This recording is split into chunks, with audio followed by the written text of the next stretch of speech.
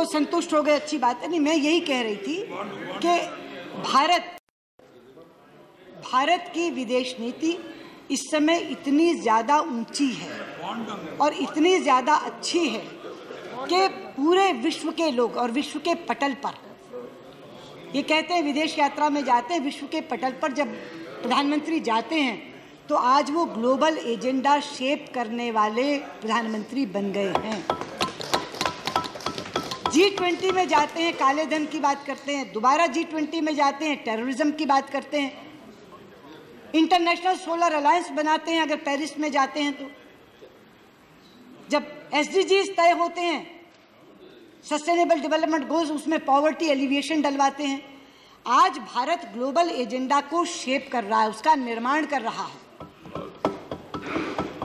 अगर वो SCA के मेंबर बन के जाते हैं तो अस्ताना में जब बात करते हैं प्रेसिडेंट शी जिनपिंग से, तो आर्टिकुलेशन जो कहा कि सुषमा जी का बयान, वो मेरा बयान नहीं है, वो प्रधानमंत्री मोदी की प्रेसिडेंट शी जिनपिंग को कही गई बात है कि let us not convert our differences into disputes. और राम गोपाल जी, वो सीमा विवाद के बारे में नहीं था, सभी मतभेदों के बारे में था, वो मेरा वक्तव्य नहीं था, वो वक्तव्य प्रधानमंत्री जी का था।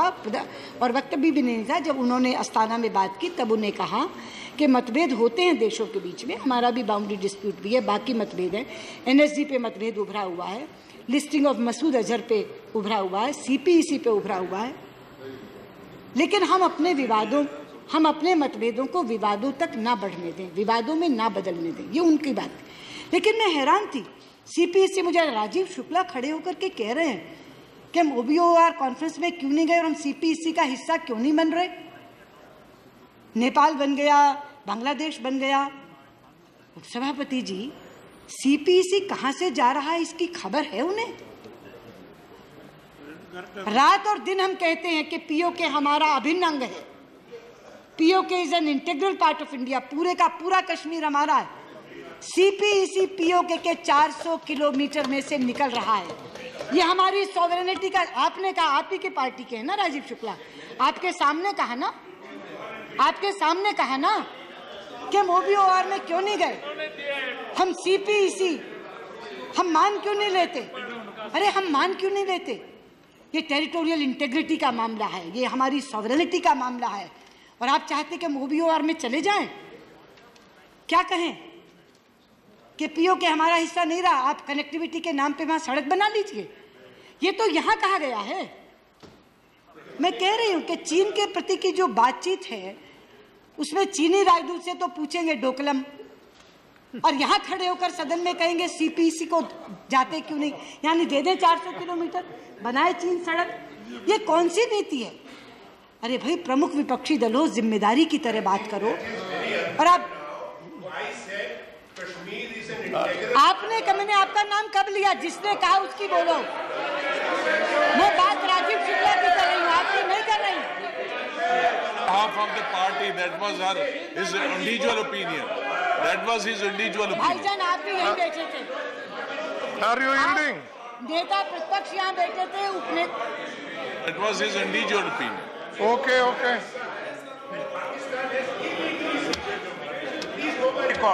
I said so. मैं आपको थोड़ी कह रही हूँ, आपकी पार्टी का।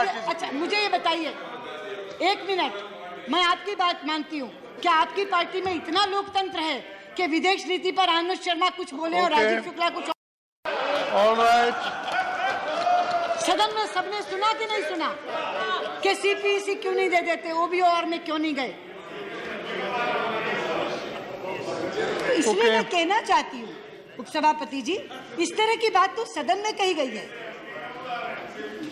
आनंद शर्मा जी को तो मैं आपको एट्रीब्यूट थोड़ी कर रही हूँ, ये रिमार्क्स जिसने बोला उसको एट्रीब्यूट कर रही हूँ, और सबने सुना।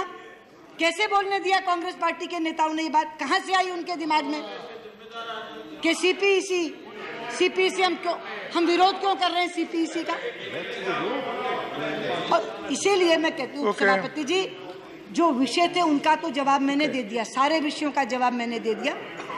जो नवनीत कृष्णन जी कह रहे थे कि श्रीलंका के प्रति हम सॉफ्ट हैं, यू सेड कि we are soft towards Sri Lanka. No Navneet ji, जहां भी सिक्योरिटी का प्रश्न आता है वहाँ बहुत ही वेहीमेंटली, और जहाँ भारतीय मछुआरों का सवाल आता है वहाँ भी पुरजोर ढंग से हम श्रीलंका के सामने अपना विरोध दर्ज कराते हैं। हम सॉफ्ट नहीं हैं।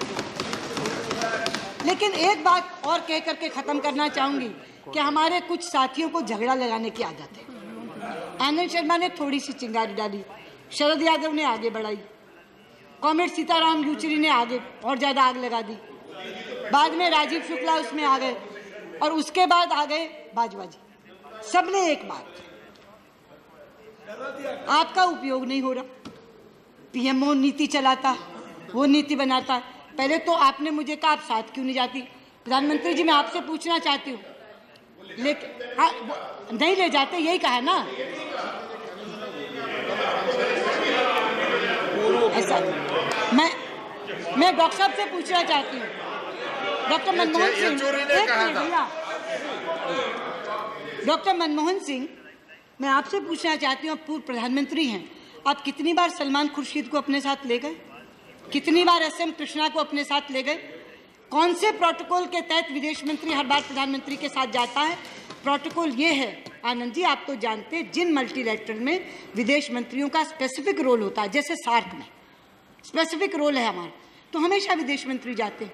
वरना विदेश मंत्री अपनी अलग यात्रा करते हैं, प्रधानमंत्री अलग यात्रा करते हैं, तभी पूरा का पूरा संसार पूरा हो पाता है।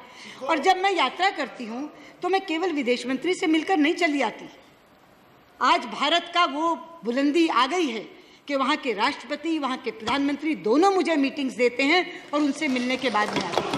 और मैं एक बात और कह दूँ, ये जो कहा जाता है ना, और ये जो कहा जाता है ना कि पीएम, ये जो कहा जाता है कि पीएम नीति चला रहे हैं, आप तो स्वयं साक्षी हैं इसके। मेरे से पूर्व वाले सरकार नहीं, आपसे भी मिलते थे, मैंने ये कब कहा नहीं मिलते थे।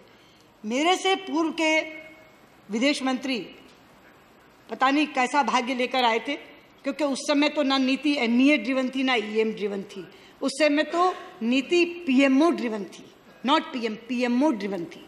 लेकिन मैं सौभाग्यशाली हूँ कि मुझे एक ऐसे प्रधानमंत्री का नेतृत्व मिला है जहाँ एमईए पूरे का पूरा सहायक का रोल करता है, और हर नीति तय करते समय प्रधानमंत्री मुझसे विचार विमर्श करते हैं।